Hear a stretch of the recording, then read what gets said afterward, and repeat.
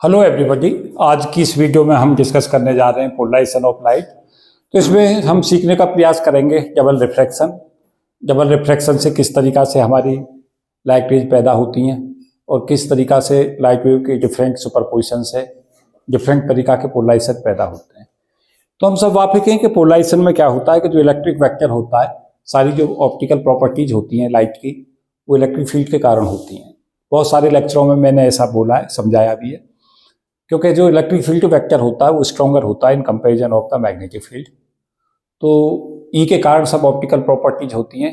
तो हम क्या देखते हैं कि जो इलेक्ट्रिक फील्ड है वो हमारा मेन फोकस पर रहता है, और जो इलेक्ट्रिक वेक्टर हैं, इलेक्ट्रिक वेक्टर का जो ट्रेस है वो हमें पाथ बताता है कि किस तरीका की वेव जो है वो पैदा होगी।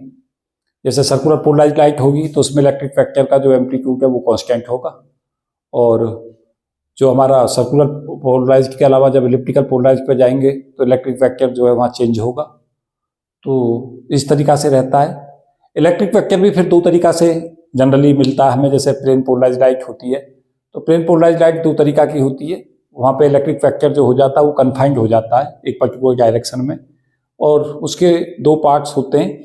या तो हमारा इलेक्ट्रिक वेक्टर जो होता है वो पैरेलल होता है, प्लेन के पैरेलल, या उसके परपेंडिकुलर होता है। तो ये सब चीज़ें हमारी पोलराइजेशन में रहती हैं। और पोलराइजेशन जो है वो इंश्योर करता है। पोलराइजेशन इसलिए होता है क्योंकि लाइट वेव जो होती है उसकी नेचर ट्रांसवर्स होती है। केवल पोलराइजेशन वही वेव दिखाती हैं जो ट्रांसवर्स नेचर में होती हैं, और ट्रांसवर्स में होती है लाइट वेव। तो लाइट वेव पोलराइजेशन शो करती है, और जो हमारी लॉन्गिट्यूडनल वेव होती हैं वो पोलराइजेशन को शो नहीं करती। कॉम्पिटिटिव दुनिया में बहुत बार क्वेश्चंस पूछा जाता है। तो डिटेल डिस्कशन इसमें रहेगा। मैं डबल रिफ्लेक्शन से अपना लेक्चर शुरू करूंगा। तो डबल रिफ्लेक्शन में क्या होता है कि अगर हम अनपोलराइज्ड लाइट को कुछ पर्टिकुलर टाइप के क्रिस्टल्स, लाइक हमारे क्वार्ट्ज क्रिस्टल्स, माइका क्रिस्टल्स, इन पर अगर हम इम्पोज करते हैं तो लाइट रेज जो है वो दो पार्ट्स में ब्रेक हो जाती है, टूट जाती है। एक स्नेल लॉ का पालन करती है, एक स्नेल लॉ का पालन नहीं करती। जो स्नेल लॉ का पालन करती है उसको हम कहते हैं ऑर्डिनरी रेज, और जो स्नेल लॉ का पालन करती है उसे कहते हैं हम ऑर्डिनरी रेज, और जो नहीं पालन करती है उसे कहते हैं extraordinary rays. Extraordinary rays जो है वो उसकी डिफरेंट एक्सिस पे अलग अलग वेलोसिटी होती है, लेकिन ऑप्टिक एक्सिस के ऊपर दोनों की जो वेलोसिटीज है, चाहे वो ऑर्डिनरी वेव हो चाहे एक्स्ट्रा ऑर्डिनरी वेव हो, दोनों की जो वेलोसिटी है वो सेम हो जाती है, क्योंकि रिफ्रैक्टिव इंडेक्स दोनों के लिए सेम रहता है। ये सदा ध्यान रखें। हमारे क्रिस्टल्स दो तरीका के होते हैं, एक हमारे नेगेटिव क्रिस्टल्स होते हैं, एक पॉजिटिव क्रिस्टल्स होते हैं। माइका जो है वो नेगेटिव क्रिस्टल्स में आता है, और क्वार्ट्ज जो है वो पॉजिटिव क्रिस्टल्स में आता है। तो उसके अलावा हमारा जो डबल रिफ्रैक्शन होता है, उस डबल रिफ्रैक्शन में जो दो चीज़ें महत्वपूर्ण हैं वो ये हैं कि हमारे दो तरीका के क्रिस्टल्स हैं। एक यूनिएक्सियल क्रिस्टल्स कहते हैं, एक हमारे बाई एक्सियल क्रिस्टल्स होते हैं। यूनिएक्सियल क्रिस्टल्स में टर्मोलिन और क्वार्ट्ज, माइका ये होते हैं, जिसमें केवल एक ही एक्सिस ऐसी होती है जिस पे हमारी जो ऑप्टिक एक्सिस है एक ही होती है, जिसके ऊपर ऑर्डिनरी और एक्स्ट्रा ऑर्डिनरी की वेलोसिटी सेम होती है। दोनों के लिए रिफ्रैक्टिव इंडेक्स सेम होते हैं, क्योंकि वेलोसिटी सतह रिफ्रैक्टिव इंडेक्स का फंक्शन होती है। उसके अलावा जो हमारे एरोगोनाइट है और टोपाज है, ये क्रिस्टल्स ऐसे होते हैं जिन्हें हम बाई एक्सियल क्रिस्टल्स कहते हैं। इनमें दो एक्सिस होती हैं जिनके ऊपर ऑप्टिक एक्सिस जो दो होती हैं, जिन पे हमारी ऑर्डिनरी और एक्स्ट्रा ऑर्डिनरी रेज का जो है वो सेम वेलोसिटी से चलती हैं। तो ये यूनिएक्सियल बाई एक्सियल का कंसेप्ट याद रखें, पॉजिटिव नेगेटिव क्रिस्टल का कंसेप्ट सदा याद रखें, और डबल रिफ्लेक्शन को सदा याद रखें कि डबल रिफ्लेक्शन क्या है, क्योंकि कई बार पूछा जाता है, इंटरव्यू में पूछ लेते हैं, सिंपल क्वेश्चनों में ये आता है। तो इसमें डायग्राम बना रखा है मैंने, डायग्राम से मैं एक्सप्लेन करने की कोशिश करता हूँ। ये हमारा एक क्रिस्टल है, क्रिस्टल का पार्ट हमें यहाँ दिखा रखा है। एक लाइट रेज आती है, अनपोलराइज्ड लाइट। यहाँ पे आने के बाद में ये इसका जो एम्पलीट्यूड है किसी पर्टिकुलर एंगल थीटा बनाता हुआ एक्स एक्सिस से, उसका एम्पलीट्यूड ये है, और एक्स्ट्रा ऑर्डिनरी रेज इधर चलती है और ऑर्डिनरी रेज इधर चलती है। तो एक्स एक्सिस के ऊपर एक्स्ट्रा ऑर्डिनरी और वाई एक्सिस के ऊपर ऑर्डिनरी रेज मूव करती है। तो उसके बाद हम क्या करें कि इसका एक्स कंपोनेंट लिखें। तो एक्स कंपोनेंट में हम लिख सकते हैं, एक्स की वैल्यू देखें यहाँ से, एम्पलीट्यूड ए है, इधर कंपोनेंट इसका आ जाएगा थीटा के साथ ए कॉस थीटा, तो ये आ जाएगा हमारा ए कॉस थीटा। ये तो इसका एम्पलीट्यूड हो गया वेव का। और जो हम सब वाफे के इस चीज़ से कि इलेक्ट्रोमैग्नेटिक जो वेव होती हैं वो साइनसॉइडल वेव्स होती हैं, तो इसका साइनसॉइडल पार्ट्स आ जाएगा sign omega t plus delta. और डेल्टा हम इसमें क्यों ले रहे हैं, क्योंकि जो हमारी एक्स्ट्रा ऑर्डिनरी रेज है और ऑर्डिनरी रेज है इनकी वेलोसिटी अलग अलग है, और दोनों की अलग अलग वेलोसिटी होने से क्या होगा, इनके द्वारा चला गया पाथ जो है वो अलग अलग होगा। पाथ से पाथ डिफरेंस पैदा होगा, क्योंकि पाथ अलग अलग चलेंगी दोनों, तो उससे पाथ डिफरेंस पैदा होगा। और जब पाथ डिफरेंस होगा तो पाथ डिफरेंस फेज डिफरेंस में बदल जाएगा, क्योंकि हम सब वाफेकें कि जो हमारा पाथ डिफरेंस होता है और फेज डिफरेंस होता है, उसमें हम वाफेकें कि फेज डिफरेंस की वैल्यू 2π/λ इंटू पाथ डिफरेंस के इक्वल होती है। ये इससे सब वाफेकें, ये रिलेशंस हम सब जानते हैं। तो इसकी वेलोसिटी अलग है, इसकी वेलोसिटी अलग है, तो दोनों रेजों की अलग अलग वेलोसिटी के कारण दोनों रेज बराबर डिस्टेंस ट्रेवल नहीं कर रही हैं, अलग अलग कर रही हैं, जिससे पाथ डिफरेंस डेवलप होगा। पाथ डिफरेंस डेवलप होने से फेज डिफरेंस डेवलप होगा, तो फेज ही हमारा डेल्टा से दिखा रखा है। ये इधर की वेव दिखा रखी है। कई बार ये इस तरीका से भी दिखा दिया जाता है, ये EX से दिखा देते हैं इसे, ये यहाँ E0 से दिखा देते हैं इसे, ये cos थीटा ले लेते हैं यहाँ sign omega t plus delta, ऐसे भी दिखा देते हैं। तो x जो हमारा कोऑर्डिनेट है x एक्सिस के ऊपर, उसे हम EX से दिखा सकते हैं इलेक्ट्रिक वेक्टर के लिए। a को E0 से दिखा सकते हैं जो इसकी मैक्सिमम वैल्यू होगी x की, और ये cos थीटा एज सच जो हमारा ये पोर्शन इसका ब्रेक हुआ है, और ये हमारा साइनसॉइडल वेव है, इसलिए साइन कंपोनेंट आ गया। सिमिलरली हम किस पे जाएंगे, y कंपोनेंट पे जाएंगे। तो y में कौन सा आ जाएगा, a इधर था एम्पलीट्यूड, a cos थीटा इधर आया, a sin थीटा इधर जाएगा, तो y की वैल्यू बच्चों क्या हो जाएगी, a sin थीटा।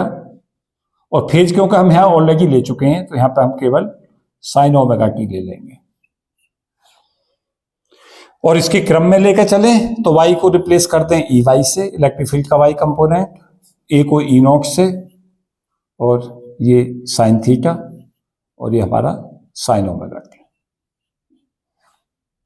क्या किया गया है, एक्स वाई कोऑर्डिनेट की बजाय हमने इसे एक्स कोऑर्डिनेट को EX कह दिया इलेक्ट्रिक फील्ड वेक्टर, और a को E0 कह दिया maximum value of the electric field, वो एम्पलीट्यूड हो जाएगा, तो वो E0 हो गया, ये cos थीटा हो गया जो यहाँ से ब्रेक होकर इधर आएगा।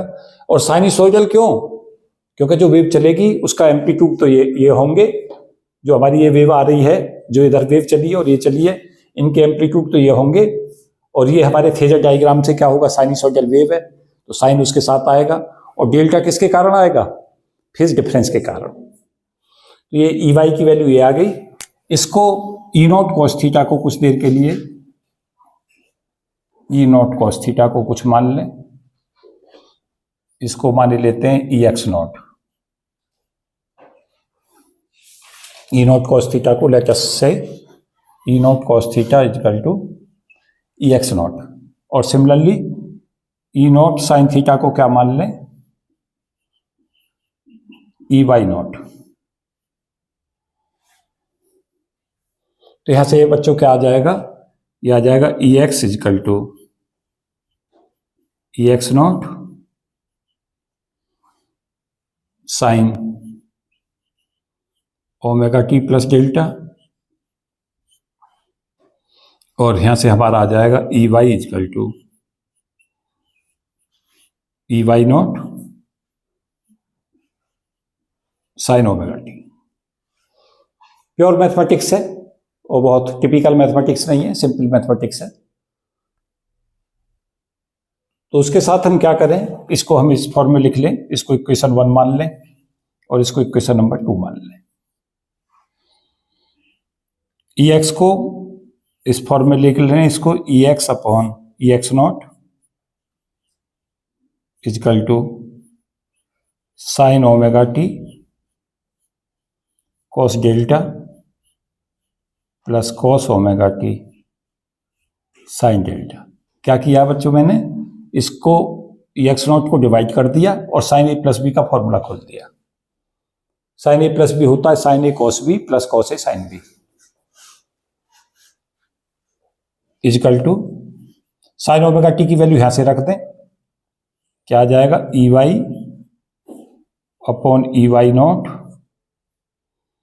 Cos delta plus under root cos omega t को मैं लिख सकता हूं under root 1 minus sine square omega t, 1 minus sine square omega T और ये साइन डेल्टा। तो यहां से हमारा क्या मिल गया result, E X upon E x not equal to, इसे माइनस में ले आए इधर, minus E Y upon E why not cos delta equal to, इस टर्म को इधर ले गए लेफ्ट में, equal to under root 1 minus sine square omega t की वैल्यू यहां से पुट कर दें, E Y upon E Y not इस पूरे का स्क्वायर, और इधर हमारा क्या बचा रह गया, साइन डेल्टा।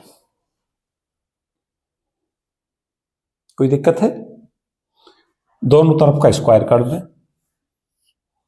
इधर का भी स्क्वायर कर दीजिए और इसका भी स्क्वायर कर दीजिए, बोथ साइड का squaring on both the side, जो आ जाए उस रिजल्ट को लिख लीजिए। क्या आ गया, ई एक्स का square upon E not x का स्क्वायर प्लस ई वाई का square upon cos square delta minus 2 E x E Y upon E x naught E why not cos delta, A minus B का square खोल दिया, A square plus B square minus 2ab equal to 1 minus E Y upon E y का square और sine square delta. इस sine square वाले component को इस cos square के साथ ले आए, तो cos square delta plus sine square delta कितना हो जाएगा, 1।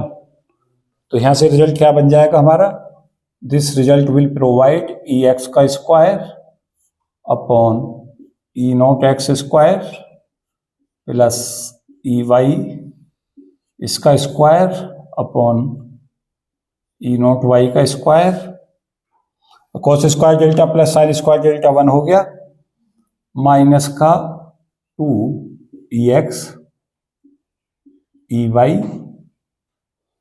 Upon E x naught E why not cos delta equal to sine square delta. देखो ये आया, कुछ और आ रहा है,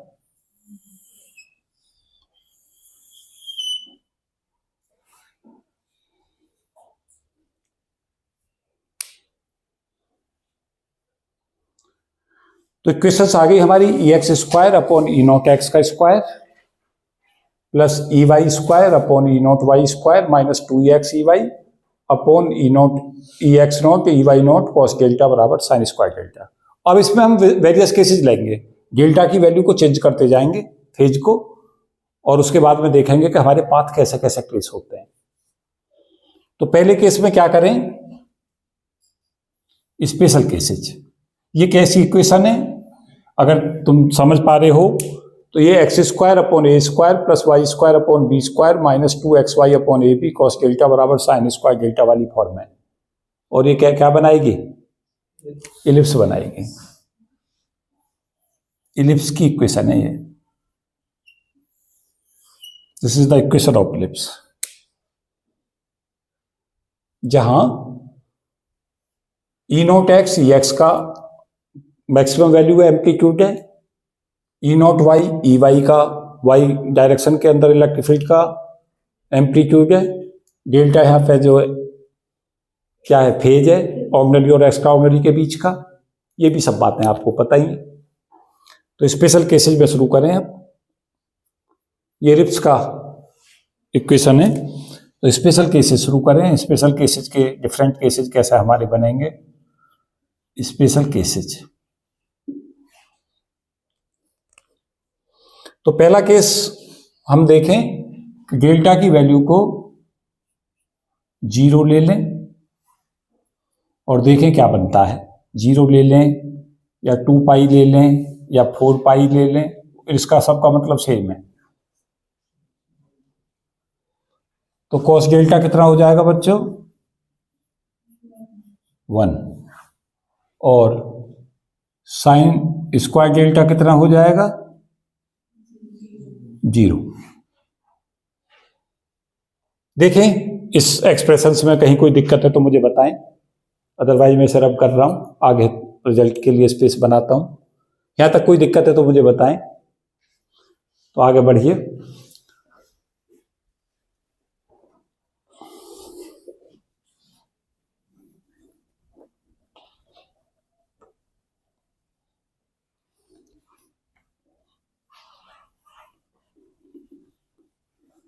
काफी महत्वपूर्ण रिजल्ट है, काफी कॉम्पिटिटिव एग्जाम में, बीएससी एमएससी के लेवल पे भी सब जगह ही इसकी रिक्वायरमेंट है। एक महत्वपूर्ण रिजल्ट में इसे कहूंगा, क्योंकि काफी बार क्वेश्चंस इस पर भी आते हैं। पोलराइजेशन ऑफ लाइट सदा ही महत्वपूर्ण टॉपिक रहता है, उसका एक पार्ट इस वीडियो में मैं डिस्कस कर रहा हूँ। कुछ बहुत ही महत्वपूर्ण वीडियो इस टॉपिक में हम देंगे। जो कंपटीशंस में क्वेश्चन है उन्हें भी डिस्कस करेंगे, क्या क्या इसमें क्वेश्चंस आते रहे उन्हें भी डिस्कस करेंगे। लेकिन जहाँ पे हम चल रहे हैं वो बहुत ही महत्वपूर्ण टॉपिक है, जहाँ से क्वेश्चन रेगुलर देखे जाते हैं। तो यहाँ पे अगर हम ऐसा करते हैं तो देखें इस इक्वेशन से हमें क्या मिल रहा है। यहाँ से हमें मिल रहा है EX square upon E0 x का स्क्वायर प्लस EY का स्क्वायर अपॉन E0 y का square minus 2EX EY upon E0 x E0 y equal to, ये तो 1 हो गया, ये 0 हो जाएगा। तो इस इक्वेशन को क्या लिख पाओगे, EX upon E0 x minus EY E0 y इसका होल स्क्वायर इजकल टू 0। क्योंकि ये अगर इस टर्म को a मान लें, EX अपॉन E0 x को EY अपॉन E0 y को b मान लें, तो ये a square plus b square minus 2ab बराबर 0 है। तो इसे a माइनस b का स्क्वायर 0 लिख सकते हैं। तो ये इक्वेशन हमें क्या दे देगी, ये दो वैल्यू दे देगी, EY equal to minus plus E0 y upon E0 x और EX स्क्वायर है ना, रूट लेंगे, अब प्लस माइनस साइन के साथ लेंगे। ये क्या दिखा रही है, ये इक्वेशंस दिखा रही है y equal to minus plus b upon a into x.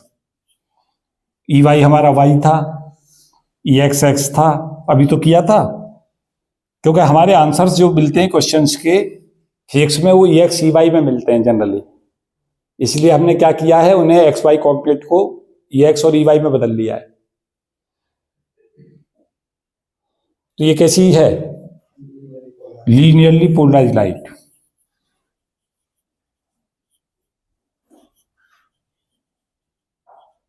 इसे दिखा सकते हैं फेजर डायग्राम पे।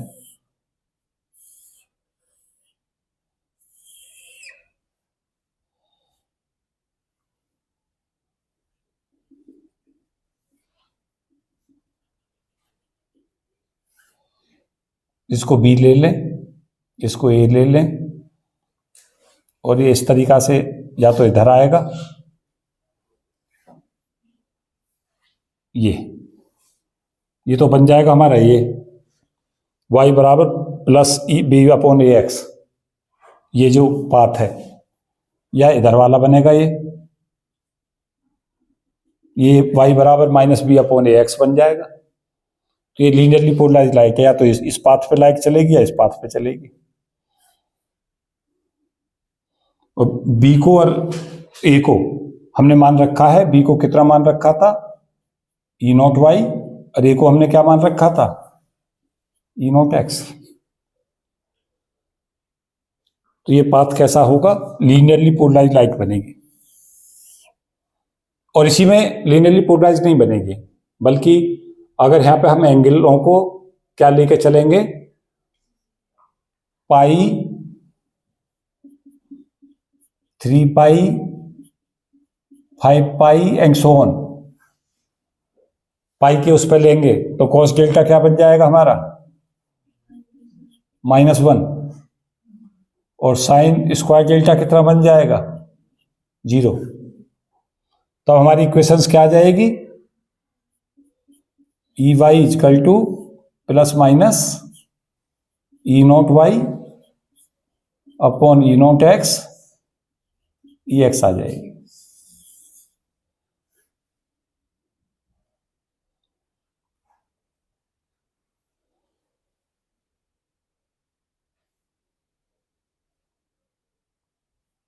देखें कोई गलती तो नहीं है, साइन वाइन की कोई गलती हो, क्योंकि मुझे ऐसा लगता है कि यहाँ माइनस का बनना चाहिए था और यहाँ प्लस का बनना चाहिए था। देखना ऐसा नहीं है क्या, इस वाले में तो बन रहा होगा प्लस का, हाँ, तो इसे माइनस वाले साइन को हटा लो यहां से, और यहाँ पे माइनस बन रहा होगा। दोनों को एक साथ रखना चाहते हो तो ले सकते हो, क्या लिखते हुए, E Y equal to minus plus E not Y upon E not x, E X. Minus sine कब लेना, नेगेटिव साइन, डेल्टा की वैल्यू बता दो, pi, 3 pi, 5 pi and so on. और पॉजिटिव साइन कब लेना है वो भी लिख दो है, जब डेल्टा की वैल्यू कितनी हो, 0, 2 पाई, 4 पाई। ये ऑड में वैल्यू है, ये इवन में चलेगी है।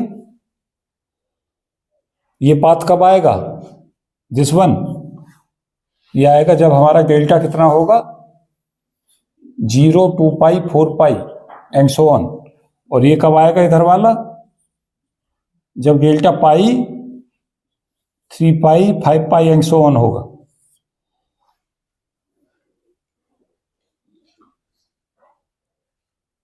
देखो अगर तुम्हें याद हो तो y बराबर mx वाली इक्वेशन फॉर्म में, और m होता है टेन थीटा। तो टेन थीटा की वैल्यू यहां से कितनी बन रही है, टेन थीटा यहां से बनेगा b अपॉन ए। 45 जब बनेगा ये, जब b और a इक्वल होगा। इफ, देखा तो हम यहां से रहे हैं इसे, लेकिन ये 45 एग्जैक्ट कब बनेगा, जब ये भी और ये आपस में बराबर हो, जब ये 45 बनेगा। इफ b बराबर a, then tan theta equal to 1, theta equal to π/4। तो अगर x एक्सिस पे और y एक्सिस पे जो वेव आ रही हैं उनके एम्पलीट्यूड सेम हैं। अब इसका उल्टा भी है, एक वेव इधर से आए लीनियर पोलराइज्ड, एक इधर से आए लीनियर पोलराइज्ड, और उनमें पाथ डिफरेंस ऐसे हों जो ये हमने लिखे हैं। तो यहां पर जो लाइट रेज बनेगी वो कैसी बनेगी, लीनियर पोलराइज्ड लाइट। और लीनियर पोलराइज्ड लाइट का टेन थीटा कितना होगा, b upon A. b upon A का मतलब E not Y upon E not x, ये वैल्यू रहेगी इसकी। इसको 45 ना पढ़ा जाए, इसका टेन थीटा क्या होगा, टेन थीटा होगा this upon this, b upon A. अब b और a इक्वल होंगे जब ये 45 आएगा। अब b और a आपस में इक्वल नहीं होंगे तो 45 क्यों बनेगा, तो नहीं आएगा।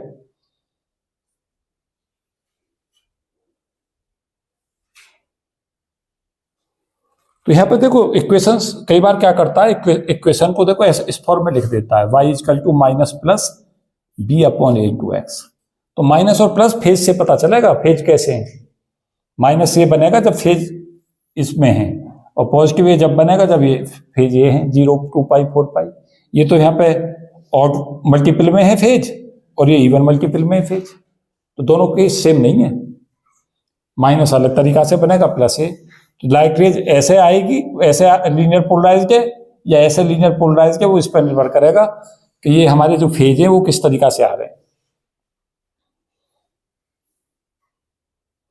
मतलब क्या हुआ, मतलब ये हुआ कि अगर लाइट रेज यहां से लीनियर पोलराइज्ड लाइट आए, इधर से लीनियर पोलराइज्ड लाइट आए, और उनमें अगर 2 पाई 4 पाई 6 पाई का फेज अगर है, तो हमारे पास जो पाथ बन के आएगा वो हमारा पास ये वाला पाथ बनेगा।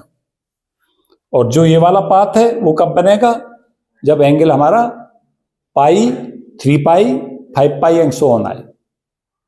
ये समझना है इसमें। और 0 2 पाई अगर दो ऑर्डिनरी वेव और एक्स्ट्रा ऑर्डिनरी वेव ऐसी हैं कि उनके बीच में एंगल 0 पाई 2 पाई 3 पाई 4 पाई 6 पाई ऐसे बन रहे हैं, तो उनके सुपरपोजिशन से जो वेव बनेगी वो लीनियर पोलराइज्ड वेव होगी। अब आगे बढ़ेंगे, आगे का देखते हैं। डेल्टा की वैल्यू अगर हम यहां केस नंबर 2 डेल्टा कर देते हैं पाई बाई 2।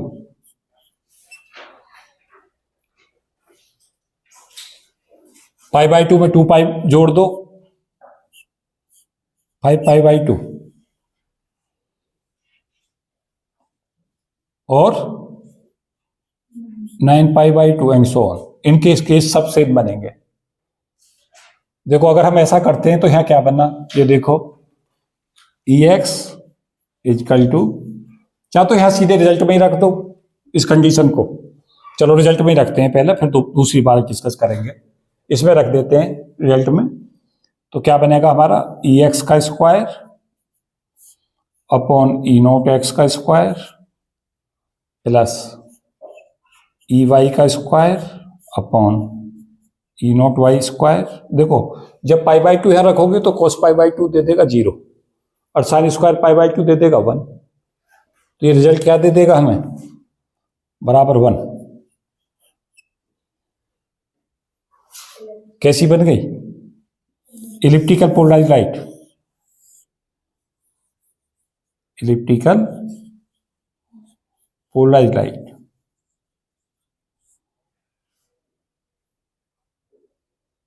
मतलब क्या हुआ कि अगर हमारे पास यहां से एक वेव आए ऐसे और एक वेव इधर से चले, और ये यहां पे क्या करें, सुपरइम्पोज हो जाए किसी पॉइंट के ऊपर, तो क्या करेगा, एक वेव जो आई उसका आधा हिस्सा तो यहां से जनरेट हो जाएगा और आधा जनरेशन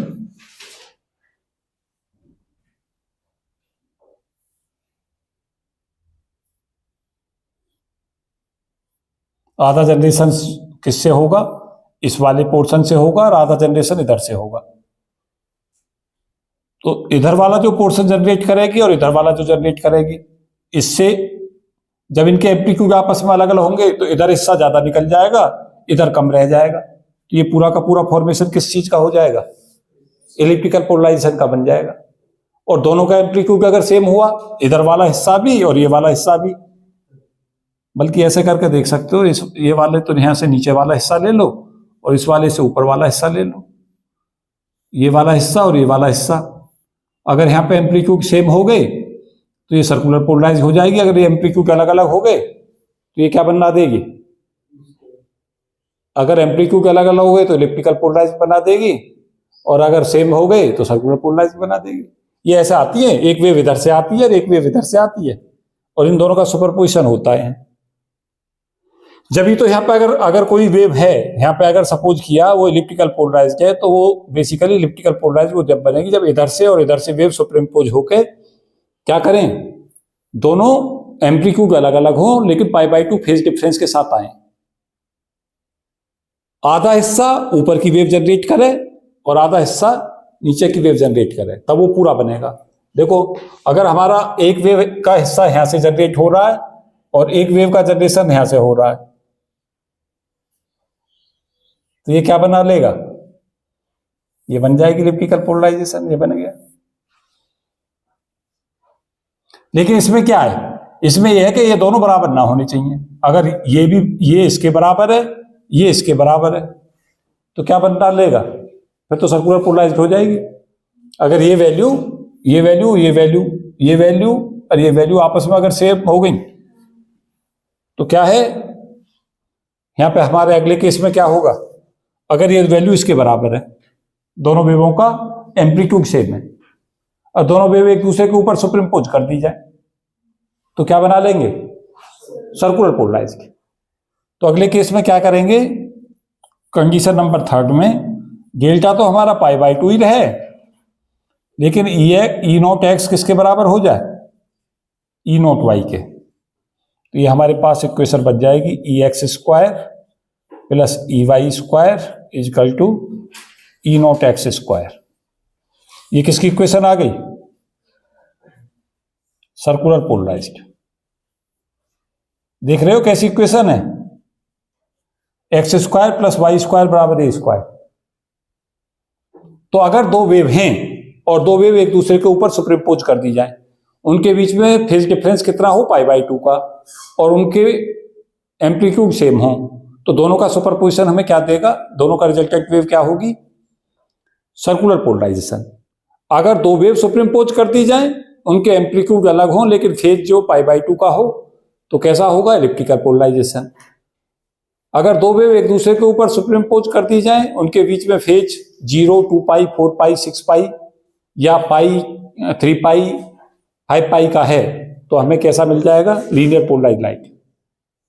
अब इसके दो केस होंगे, दो केस कैसे, दो केस इसके ऐसा होंगे कि लेफ्ट सर्कुलर या राइट सर्कुलर, या लेफ्ट इलिप्टिकल या राइट इलिप्टिकल। अब हमें ये देखना है, तो हम इस चीज को यहां से देख सकते हैं इन इक्वेशनों से। इन दोनों को फिर से लिखें, अब देखेंगे लेफ्ट और राइट सर्कुलर पोलराइजेशन कैसे बनेगा और इलिप्टिकल। ये देखें, लेफ्ट सर्कुलर पोलराइजेशन और इलिप्टिकल पोलराइजेशन।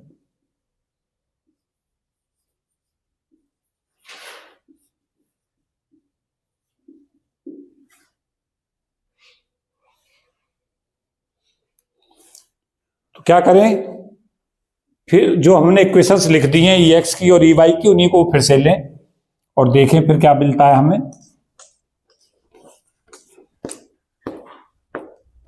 ट्रेसिंग ऑफ करवानी चाहिए आपको, अगर इस चीज को समझना चाहते हो तो ये बेसिकली क्या है, ट्रेसिंग है मेनली।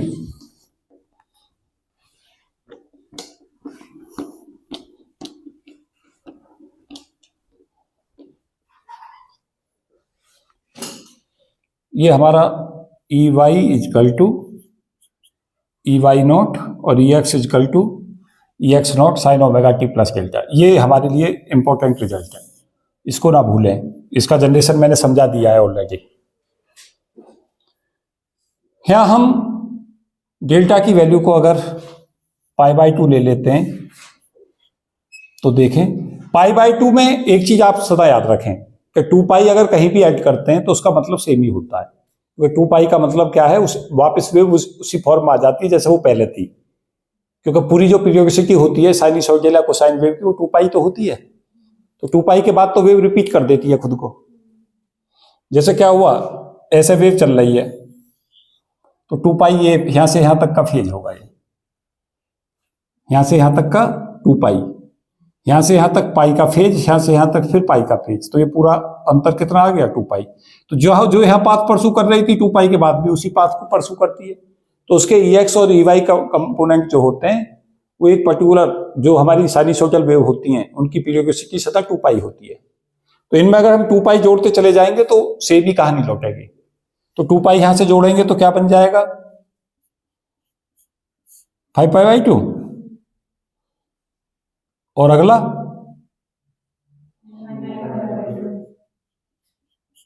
And so on. इन पर सब पे सेम रिजल्ट होगा। देखें, पुट कर दें यहां, ई एक्स की वैल्यू कितनी आ गई बच्चों, E x naught sine A plus B कितना होता है?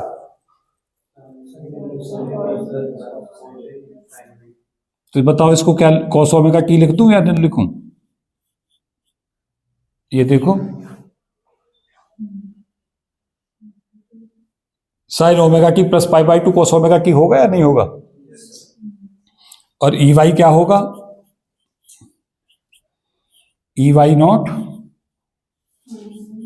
Sign omega T.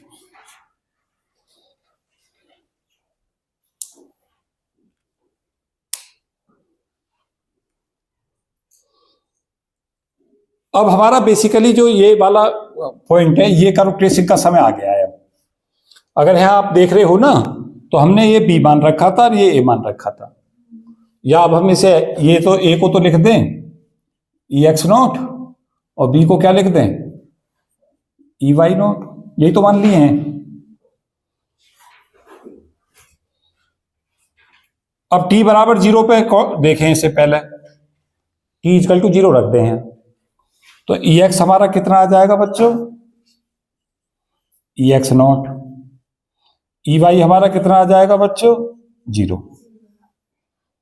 तो यहां देखो ये पॉइंट आ गया। अब यहां ई एक्स तो आ गया है हमारा, ई एक्स नॉट ये आ गया, और एक्स कोऑर्डिनेट के लिए वाई, एक्स कोऑर्डिनेट पर वाई 0 होगा, तो यहां पे ई वाई की वैल्यू 0 हो गई। तो पॉइंट कहां से शुरू करना है? यहां से शुरू होगी वेव। अब देखिए वेव इधर को कैसे चली, इस चीज को कैसे पता चले? क्या कर दे, थोड़ा सा टाइम बढ़ा के देख लें। थोड़ा सा बढ़ाने में क्या होगा, इस क्वाड्रेंट में एक्स और वाई दोनों पॉजिटिव होंगे, तो क्या कर दें हम, थोड़ा सा टाइम बढ़ाएं, तो ई एक्स की वैल्यू को जैसे ही बढ़ा के देखेंगे, यहां देखें ई वाई और ई नॉट में साइन थीटा जो है थोड़ा सा भी बढ़ेगा तो थीटा की तरफ को अप्रोच करेगा। थीटा स्मॉल के लिए साइन थीटा थीटा की तरफ अप्रोच करेगा। थीटा अगर स्मॉल है तो साइन थीटा कितना हो जाएगा? थीटा। और थीटा स्मॉल है तो कोस थीटा किधर की तरफ अप्रोच करेगा? 1 की तरफ। थीटा अगर छोटा होता है तो कोस 0 की तरफ 1 की तरफ अप्रोच करेगा। तो अगर यहां पे हम ये कंडीशंस लगा दें तो ये तो हमारा किधर की तरफ जाएगा?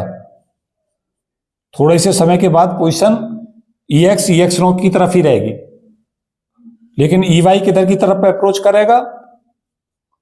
ई वाई नॉट ओमेगा, अगर हम डेल्टा टी टाइम ले लें तो ओमेगा डेल्टा टी हो जाएगा। ये भी पॉजिटिव, ये भी पॉजिटिव, ये भी पॉजिटिव, तो ई वाई कोऑर्डिनेट हमारा पॉजिटिव हो गया। तो ई एक्स और ई वाई कैसे होने चाहिए? दोनों पॉजिटिव की तरफ जाने चाहिए। तो ये पॉजिटिव इसी क्वाड्रेंट में होते हैं, तो वेव किधर को चल रही है? इस क्वाड्रेंट में चल रही है। इस क्वाड्रेंट में चलेगी तो किधर को जा रही है? ऊपर चल रही है ऐसे।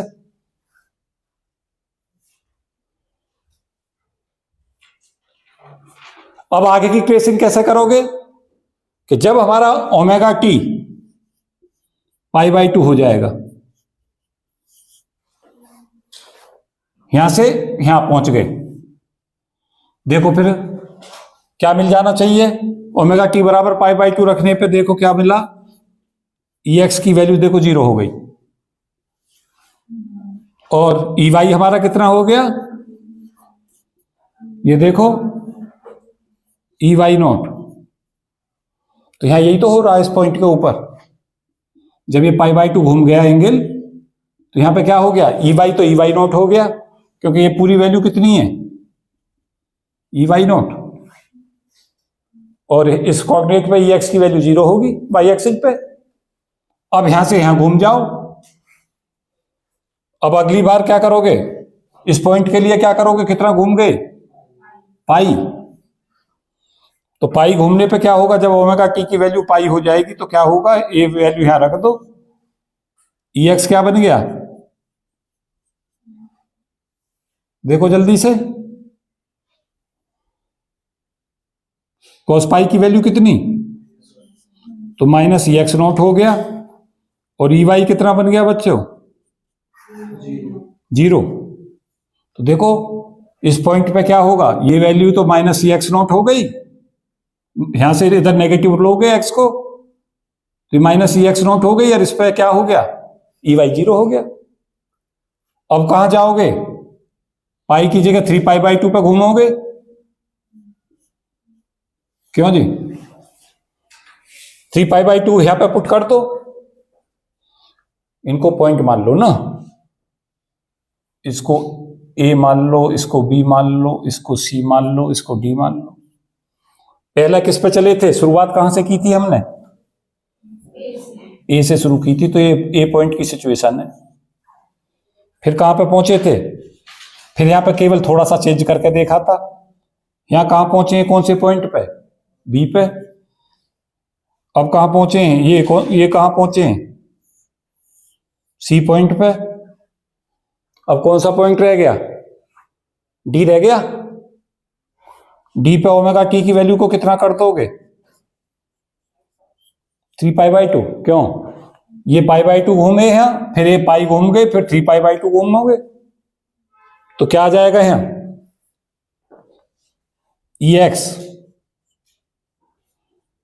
एक्स नॉट cos 3π/2 और E Y equal to E why not sine 3π/2। cos 3π/2 की वैल्यू कितनी बच्चों, cos 3π/2 कोई नहीं बता सकता, 0 होती है, तो ये वैल्यू 0 हो गई। और साइन 3π/2 की वैल्यू कितनी होती है, -1, ये वैल्यू कितनी हो गई, माइनस ई वाई नॉट। तो ये पॉइंट डी की सिचुएशन है, डी पे यही तो हो रहा है यहां।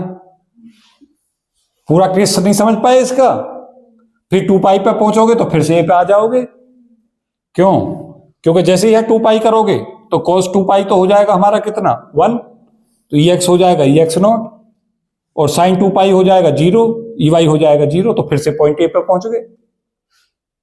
पूरी ट्रेसिंग नहीं आई, इसका मतलब क्या हुआ कि ये लाइट रेज जो हमारे पास में टोटल इलेक्ट्रिक फील्ड है उसका इस तरीका से मिलेगा हमें, और ये कैसी वेव बन गई, ये इन फेज पे मिलेगा ऐसा। ये हमारी घड़ी हमने देखो ये रख दी है, तो घड़ी जिधर को चल रही है उसके अपोजिट में जा रही है, ये सुई तो ऐसे चल रही है ये रही, और जा रही है ये ऐसे, तो काउंटर क्लॉकवाइज करोगे इसे, तो ये रोटेशन कैसा है, काउंटर क्लॉकवाइज है। इस ऐसे रोटेशन को काउंटर क्लॉकवाइज कहते हैं, और इस इधर के को, हाँ जी, हाँ वो काउंटर क्लॉकवाइज, वो काउंटर एंटी क्लॉकवाइज नहीं, काउंटर क्लॉकवाइज तो ये है ना, इसका उल्टा भी तो होगा जो चेंज करोगे अभी। वो काउंटर, ये काउंटर क्लॉकवाइज है, रोटेटिंग काउंटर क्लॉकवाइज, और उसमें देखेंगे कि वो काउंटर, ये काउंटर क्लॉकवाइज है, वो काउंटर एंटी क्लॉकवाइज कहलाएगा। नहीं, देखो एक बार चेक करो, देखो बुक से मैच करके देखो। हाँ सर, क्योंकि एंटी क्लॉकवाइज को भी काउंटर, ये जो हमारा इधर की तरफ जो चलता है ये काउंटर क्लॉकवाइज है। इमर्जेंट लाइट को कहते हैं यहाँ पे लेफ्ट हैंडेड, काउंटर क्लॉकवाइज को क्या कहते हैं, left handed elliptical polarize light, इसको कहते हैं left handed elliptical polarize light.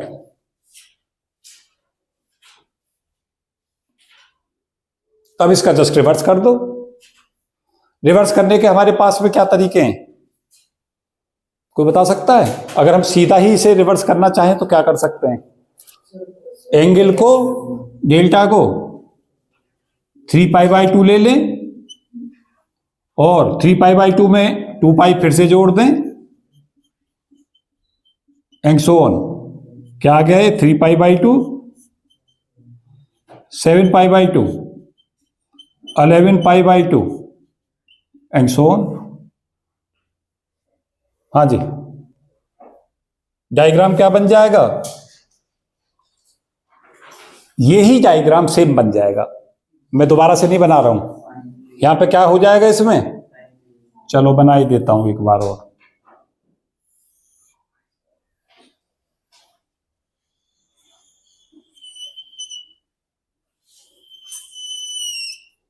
इस तरीका से बनेगा। आपके तीर ऐसा लग जाएगा, ए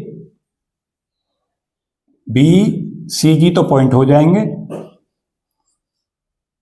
और अब वेव यहां से शुरू करेगी इस तरीका से, ऐसे चलनी।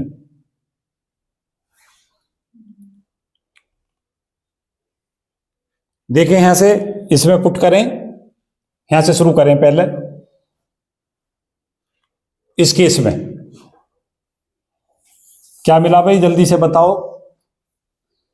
राइट हैंडेड हो गया होगा ये, इसको क्या कर दोगे, राइट हैंडेड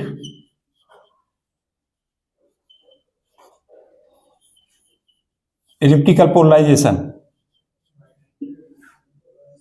और यहां बताओ काउंटर क्लॉकवाइज की जगह पे क्या लिखूं, रोटेटिंग क्लॉकवाइज, क्योंकि आपका डायरेक्शन कैसी हो गई, घड़ी के हिसाब से होगी। देखो घड़ी की सुई रखोगे तो ऐसे ही घड़ी घूम रही है, और ऐसे ही है।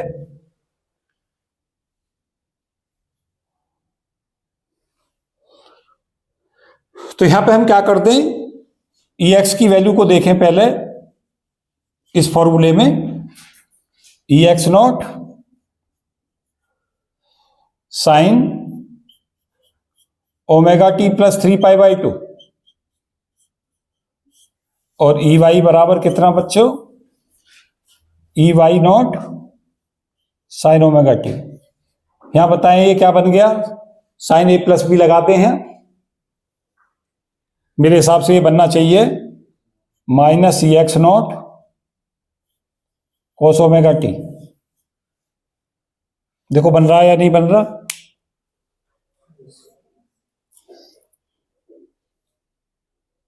अब क्या करेंगे, जब टी की वैल्यू को जीरो करेंगे, टी बराबर जीरो, तो ई एक्स की value minus E x not होगी, और ई वाई होगा हमारा ई वाई नॉट टी बराबर जीरो पे। तो वेव ने कहां से शुरू करना चालू किया, यहां से शुरू किया, और अब ये इस समय के हिसाब से जो ये लेके चलेंगे टी में, जब हम चेंज कर देंगे टी प्लस डेल्टा टी की, तो इस क्वाड्रेंट में पहुंचेंगे, क्योंकि ये यहां पे इस वाले क्वाड्रेंट में देखें कौन सी चीज पॉजिटिव है कौन सी नेगेटिव है। यहां पे दोनों कोऑर्डिनेट पॉजिटिव हैं। इस क्वाड्रेंट में क्या है, एक्स क्या है, कोई बताए, नेगेटिव, ये पॉजिटिव। तो यहां देखेंगे जब हम इसमें थोड़ा सा बढ़ाव करेंगे तो ये पॉजिटिव आएगा कोऑर्डिनेट, क्योंकि साइन थीटा थीटा की तरफ अप्रोच करेगा, और ये माइनस में ही रहेगा,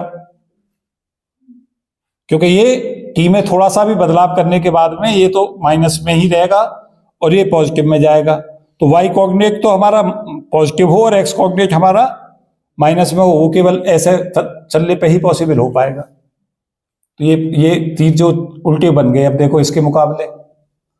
तो 3π/2 और हमारा 7π/2 11π/2 पे कैसी वेव बन गई, क्लॉकवाइज हो गई, और हमारी लेफ्ट हैंडेड की बजाय कैसी हो गई, राइट हैंडेड। तो ये राइट हैंडेड इलिप्टिकल पोलराइजेशन है, और ये हमारा लेफ्ट हैंडेड है। तो जब भी आप पोलराइजेशन का देखना शुरू करो, अपनी घड़ी है जो आपने पहन रखी है उसमें सदा देख लें, अगर वो घड़ी की सुई के हिसाब से चल रहा है तो राइट हैंडेड पोलराइजेशन, और घड़ी की सुई से जस्ट अपोजिट अगर चल रहा है तो उसको कहेंगे left handed. Left handed elliptical polarization को काउंटर क्लॉकवाइज कहते हैं, और इसको क्लॉकवाइज कहते हैं। अब चलते हैं सर्कुलर पोलराइज कैसे बने। तो सर्कुलर पोलराइज में कुछ नहीं करना है, सेम कहानी है, बिल्कुल सेम। केवल और केवल क्या करना है हमें, एक ही काम इसमें करना है, ई नॉट एक्स की वैल्यू को ई नॉट वाई के बराबर कर लें, और जब डेल्टा ये हो जाएगा दिस वन, तो ये कैसा केस बन जाएगा, हाँ जी ये केस बन जाएगा रोटेट क्लॉकवाइज, यहां पर आ जाएगा rotating counter clockwise the emergent light is set to be left handed elliptical की जगह पे बन जाएगा यहां पे सर्कुलर, और केवल क्या करना है, ये एम्पलीट्यूडों को दोनों को बराबर करना है। और इसी केस में क्या बन जाएगा, राइट हैंडेड सर्कुलर पोलराइजेशन हो जाएगा, केवल हमें क्या करना है, एम्पलीट्यूडों को बराबर करना है। तो पहले हम क्या करें, राइट हैंड और लेफ्ट हैंडेड पोलराइजेशन कर लें, और उसी को सर्कुलर में कब बदल देते हैं? केवल और एम्पलीट्यूड को सेम करना रहेगा, बाकी कंडीशन सेम रहेगी एंगल वाली। तो यहां से हमने क्या सीख लिया? यहां से सीख लिया कि किस तरीका से डबल रिफ्रैक्शन से हमारे डिफरेंट टाइप के पोलराइजेशन फॉर्म होते हैं, और थोक के भाव में क्वेश्चंस इस पर देखे जाते हैं, काफी प्रॉब्लम्स इस पर पूछी जाती हैं, काफी अप्लाइड क्वेश्चंस आते हैं। तो एक महत्वपूर्ण टॉपिक था जिसे मैं डिस्कस कर रहा था, वेरियस टाइप के पोलराइजेशन कैसे बनते हैं। 5-6 फॉर्म आपको इंपॉर्टेंट हैं, खासतौर से left handed elliptical polarization, left handed circular polarization, right handed elliptical polarization, right hand circular polarization and plane polarization. ये हमारे सारे पोलराइजेशन की डिफरेंट फॉर्म थी। और अनपोलराइज्ड में क्या होता है कि इलेक्ट्रिक वेक्टर सदा चेंज होता रहता है। पोलराइजेशन में ये भी याद रखें कि इलेक्ट्रिक वेक्टर हमारे ऐसे भी होते हैं, इस ऐसे अगर हैं तो उसको कहते हैं प्लेन पोलराइजेशन है, लेकिन electric vector perpendicular to the plane of incidence है। और ऐसे भी होती हैं, जब हम ऐसा खींचते हैं तो इसका मतलब इलेक्ट्रिक वेक्टर फिक्स हैं, कन्फाइंड हो चुके हैं एक डायरेक्शन में, लेकिन वो parallel to the plane of incidence है। तो पोलराइजेशन क्या है? इलेक्ट्रिक वेक्टर का एक पर्टिकुलर दिशा में कन्फाइंड हो जाना, क्या कि set to be polarization. Polarization का मेन जो वो है, जब भी कोई पूछता है तो पोलराइजेशन को डिफाइन ऐसे ही करते हैं कि इलेक्ट्रिक वेक्टर का कन्फाइंड हो जाना। और अनपोलराइजेशन में क्या होता है? अनपोलराइजेशन में ऐसा होता है कि इलेक्ट्रिक वेक्टर जो होते हैं इनफाइनाइट, इलेक्ट्रिक वेक्टर जो वो चेंज होते रहते हैं, डायरेक्शन चेंज करते रहते हैं। ये हमारी अनपोलराइज्ड लाइट है। कैसी लाइट है? अनपोलराइज्ड, जिसमें इलेक्ट्रिक वेक्टर इनफाइनाइट नंबर में होंगे, लेकिन वो डायरेक्शन लगातार चेंज कर रहे होंगे। ऐसी लाइट को हम कहते हैं अनपोलराइज्ड लाइट। और पोलराइज्ड में क्या होता है? इलेक्ट्रिक वेक्टर एक पर्टिकुलर दिशा में कन्फाइंड हो जाता है। इलेक्ट्रिक वेक्टर अगर ऐसे कन्फाइंड हो गया है तो हम देख रहे हैं राइट हैंडेड इलिप्टिकल पोलराइजेशन। ऐसे कन्फाइंड हो गया है इलेक्ट्रिक वेक्टर तो हम कह रहे होते हैं इसको लेफ्ट हैंडेड इलिप्टिकल पोलराइजेशन। अगर इनके एम्पलीट्यूड दोनों तरफ को सेम जा रहे हैं, इसमें भी सेम जा रहे हैं, तो वो हमारे सर्कुलर पोलराइजेशन हो जाएंगे, लेफ्ट हैंडेड और राइट हैंडेड। तो ये सब चीजें महत्वपूर्ण हैं, काफी क्वेश्चंस इस पर पूछे जाते हैं, काफी महत्वपूर्ण टॉपिक है। तो इस वीडियो में इतना ही। Thank you and best wishes for all of you. जय हिंद।